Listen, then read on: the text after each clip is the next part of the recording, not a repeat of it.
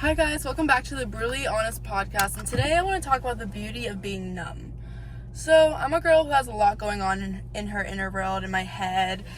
I'm usually very anxious, so I overthink a lot of things, and I have a very busy life, and all of that combined can create a lot of chaos.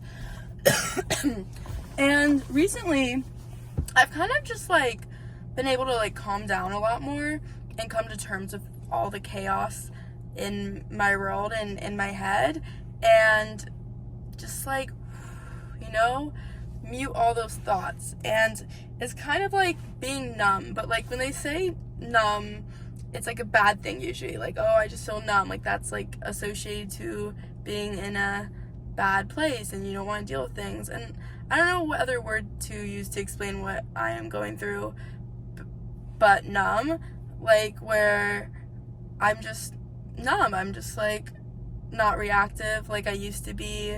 I'm not overthinking everything, something crazy will happen and I'm not but I'm not numb where I'm disassociating. If there's something that's bothering me, I'll be oh, that bothers me and this is why. I've learned that just getting to the why of things has really brought me a lot of peace. That's all our heads are trying to figure out is why.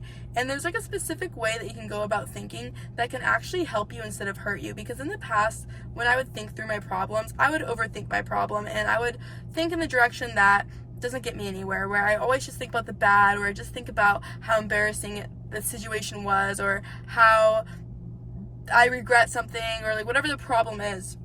But once I thought about the why, that got rid of all of that crazy noise.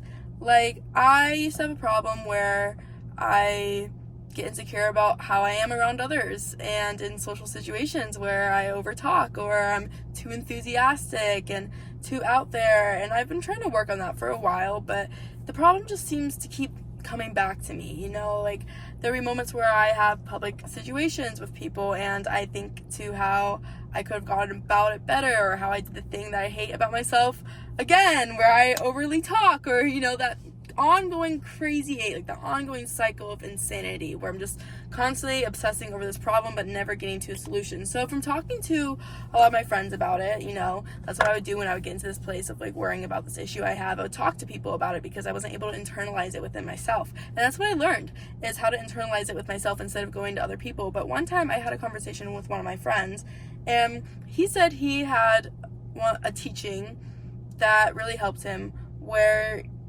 he walked me through it and he got taught how to think, because you can think through your problems, but there's a proper way where you don't overthink it. This is what I explained in the beginning, and you can think through all the scenarios, but then finally you get to the why. So he said, why don't you just start asking yourself why? I was oh. And he said, so when those situations come up where you're angry at yourself for how you are with people and how you interact, what do you do? And I'm I do think through it. I think through everything, and I feel I'm good at that, but I never get to a solution. And he's well, have you ever thought of asking yourself why in the moment when those specific things that you don't like about yourself come up? Let's say I'm talking way too much and I'm not letting the person get room to speak. Have I ever thought of just being why? Why am I doing this? And when he said that, I was oh, no, I haven't. And of course I immediately wanted to talk about why with him, but he was no, go figure that out for yourself. So we get off the phone and I asked myself, why do I feel talking so much when I'm in a conversation? And yeah, it did lead to my own insecurities where I want to prove to them that I can keep up with the conversation, or that I know what's going on, and then I just come across as a know-it-all.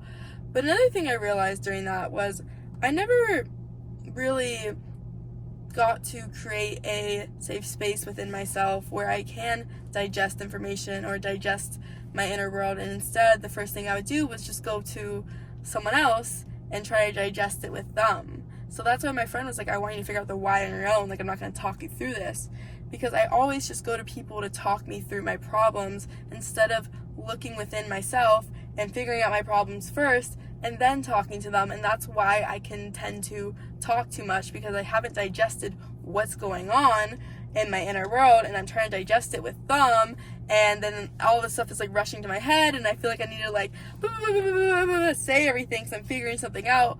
but it's like coming across too wordy or repetitive to the other person, because when I'm explaining to them, in a way, it could be like oversharing, where this is something I have to figure out with myself first and then go to someone else and you can talk through your problems. And that's probably another reason why a lot of people have an oversharing problem. I think that's probably why I have an oversharing problem, is because sometimes we just don't deal with it ourselves, and sometimes we don't look into information ourselves, and then we could be with someone and we could realize that, and then we overshare. But yeah, that was my little episode. I hope